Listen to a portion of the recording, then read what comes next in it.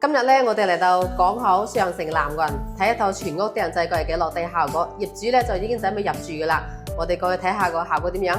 一入門咧就係一個入戶鞋櫃。入戶鞋櫃咧，我哋就做咗一個斜放嘅設計，因為呢個位咧就比較淺嘅，啱好做平呢個門口，所以只可以斜住放鞋。過嚟呢度咧，同樣係放鞋嘅，上邊咧兩個櫃桶。跟住鞋櫃個頂櫃，我哋都係用嚟儲物嘅。鞋櫃對面呢間房咧，就係一個茶室嚟嘅。業主就將呢個茶室做咗個儲物櫃，咁啊方便有時飲茶嗰時咧放啲茶葉啊，同埋收納之類嘅嘢嗱，仲有好多靚咗喺度先。上面都係儲物嘅，我哋做一個免拉手嘅設計。客廳呢度咧，做一個懸空嘅電視櫃。咁電視櫃咧扣過道呢邊，我哋做一個圓弧嘅設計嘅，咁就預防我哋行過嚟嘅時咧會撞到呢個角位啊。客廳入嚟嘅左邊係一間阿女間房，呢間房咧就做咗書台、書架同埋衣櫃嘅組合式嘅設計嘅。嗱，呢度係衣櫃。都係以翻掛衣為主啦，兩個大櫃桶。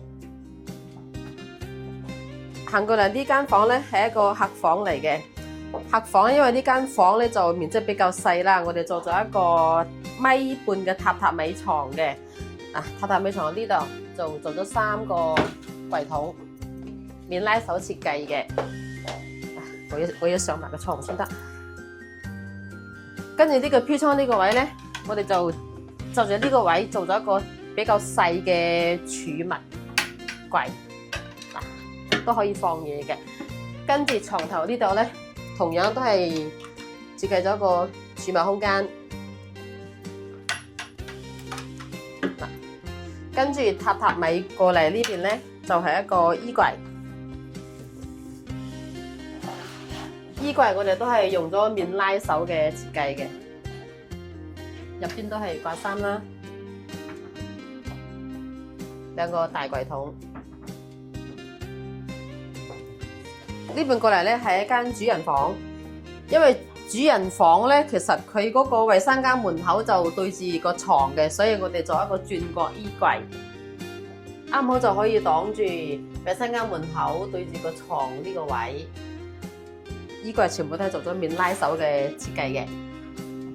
設計風格咧，同啱先兩間房係差唔多。主人房呢邊，因為呢邊係見光面啊，所以呢邊都用咗同樣嗰個門板同色嘅膚感櫃門做翻見光板嘅。上面做咩有2個窿咧？因為嗰個空調咧係掛喺嗰個衛生間門口嘅，所以上面我哋就做咗個開放格，咁就方便啲冷氣啊可以吹翻到房間呢邊嘅。